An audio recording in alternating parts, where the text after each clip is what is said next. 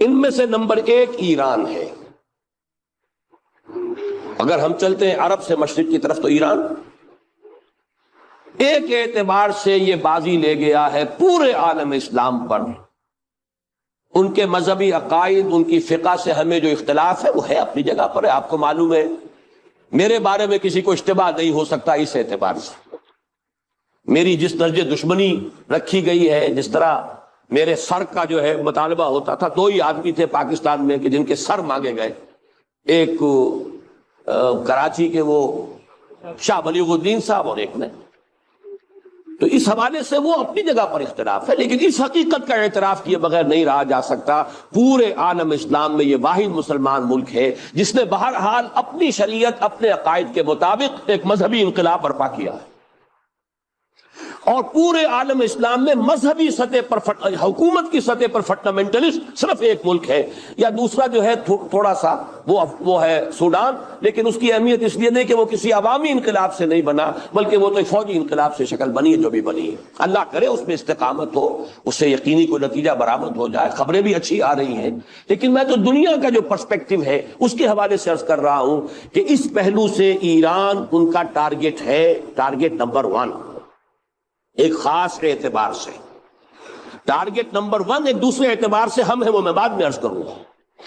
چونکہ حکومت کی سطح پر فنڈامنٹلزم ہے اور وہ آیا ہے ایک عوامی انقلاب کے نتیجے میں، پھر ان کے پاس تیل کی دولت ہے، اس کے خلاف اکنامک سینکشنز بھی ہو جائیں تو اگر لیبیا کھڑا ہو سکتا ہے تو بہرحال وہ بھی کھڑا ہو سکتا ہے، اور نقشہ وہ دنیا کو دکھا چکا ہے کہ لڑا دے ممولے کو شہباز، یہ نقشہ بھی اس نے دکھا دیا ہے۔ یہ ہے ایران کا معاملہ۔ نمبر 2 پاکستان۔ پاکستان 400 برس کی تجدیدی مساعی کا امین ہے، امانت دار ہے۔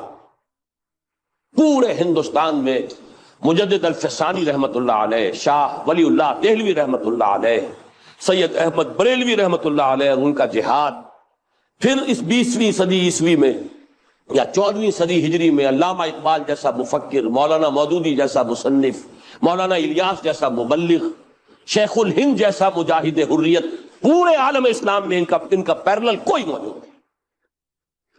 یہ 400 سال کی تاریخ ہے، اس کی امانت، اور اس کے نتیجے میں یہاں کے مڈل کلاس میں فنڈامنٹلزم کا ایک نیوکلیس ہے، اگرچہ حکومت کی سطح پر کوئی پیش رفت نہیں ہو سکی آج تک، بلکہ اب تو پسپائی ہو رہی ہے، اب پیچھے ہٹ رہے ہیں۔ وہ ہمارے ان سیاسی جو بھی زعماء ہیں، جو جماعتیں ہیں، ان کی غلطی اور الیکشن ہی کو واحد میدان بنا کر اس کے اندر اپنا سارا وقت و توانائی اور قوتیں ضائع کر دینا، یہ ہے در حقیقت جس کا کہ یہ صدا مل رہی ہے کہ اس اعتبار سے تو پسپائی کی طرف ہے معاملہ، کسی پیش رفت کی طرف نہیں ہے۔ لیکن باہر والے تو دیکھتے ہیں نا کہ اندر کیا کچھ مواد موجود ہے۔ اگر مڈل کلاس میں وہ فنڈامنٹلزم کا بارود موجود ہے تو کسی بھی وقت اس کے اندر جو ہے وہ کوئی دھماکہ ہو سکتا ہے۔ دوسری بات جو ان کے لیے ایک اعتبار سے ٹارگٹ نمبر 1 ہمیں بنا رہی ہے، وہ ہمارا ایٹمک نو ہاؤ ہے، پورے عالم اسلام میں اور کسی کے پاس نہیں۔ اسلامی بم اگر بنے گا تو یہی بنے گا۔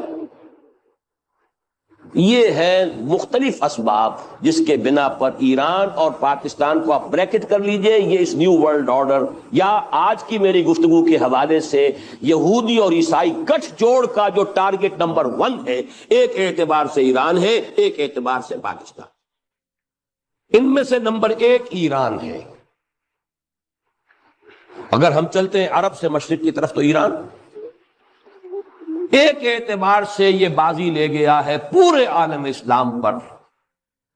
ان کے مذہبی عقائد، ان کی فقہ سے ہمیں جو اختلاف ہے وہ ہے اپنی جگہ پر ہے۔ آپ کو معلوم ہے میرے بارے میں کسی کو اشتباہ نہیں ہو سکتا اس اعتبار سے۔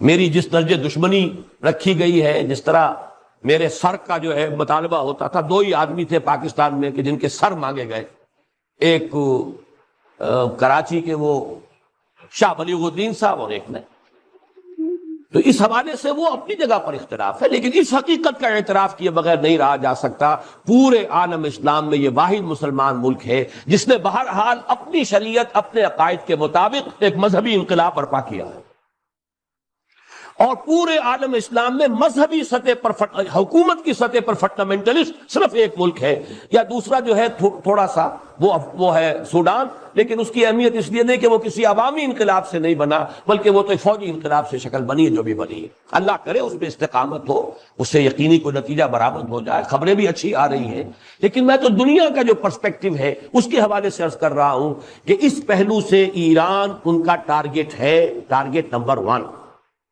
ایک خاص اعتبار سے۔ ٹارگٹ نمبر 1 ایک دوسرے اعتبار سے ہم ہیں، وہ میں بعد میں عرض کروں گا۔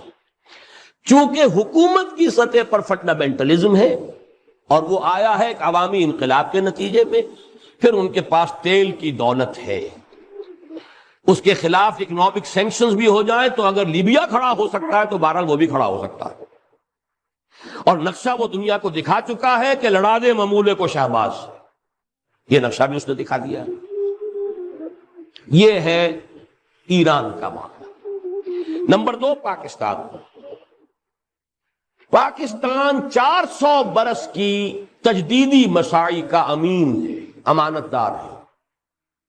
پورے ہندوستان میں مجدد الفسانی رحمت اللہ علیہ، شاہ ولی اللہ دہلوی رحمت اللہ علیہ، سید احمد بریلوی رحمت اللہ علیہ، ان کا جہاد، پھر اس 20ویں صدی عیسوی میں یا 14ویں صدی ہجری میں علامہ اقبال جیسا مفکر، مولانا مودودی جیسا مصنف، مولانا الیاس جیسا مبلغ، شیخ الہند جیسا مجاہد حریت، پورے عالم اسلام میں ان کا پیرلل کوئی موجود نہیں۔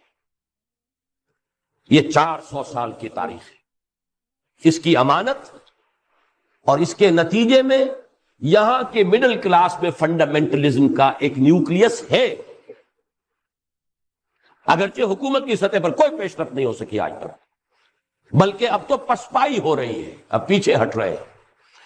وہ ہمارے ان سیاسی جو بھی زعماء ہیں، جو جماعتیں ہیں، ان کی غلطی اور الیکشن ہی کو واحد میدان بنا کر اس کے اندر اپنا سارا وقت اور توانائی اور قوتیں ضائع کر دینا، یہ ہے در حقیقت جس کا کہ یہ صدا مل رہی ہے کہ اس اعتبار سے تو پسپائی کی طرف ہے معاملہ، کسی پیش رفت کی طرف نہیں ہے۔ لیکن باہر والے تو دیکھتے ہیں نا کہ اندر کیا کچھ مواد موجود ہے۔ اگر مڈل کلاس میں وہ فنڈامنٹلزم کا بارود موجود ہے تو کسی بھی وقت اس کے اندر جو ہے وہ کوئی دھماکہ ہو سکتا ہے۔ دوسری بات جو ان کے لیے ایک اعتبار سے ٹارگٹ نمبر 1 ہمیں بنا رہی ہے، وہ ہمارا ایٹمک نو ہاؤ ہے۔ پورے عالم اسلام میں اور کسی کے پاس نہیں۔ اسلامی بم اگر بنے گا تو یہی بنے گا۔ یہ ہے مختلف اسباب جس کے بنا پر ایران اور پاکستان کو آپ بریکٹ کر لیجئے، یہ اس نیو ورلڈ آرڈر یا آج کی میری گفتگو کے حوالے سے یہودی اور عیسائی گٹھ جوڑ کا جو ٹارگٹ نمبر 1 ہے، ایک اعتبار سے ایران ہے، ایک اعتبار سے پاکستان۔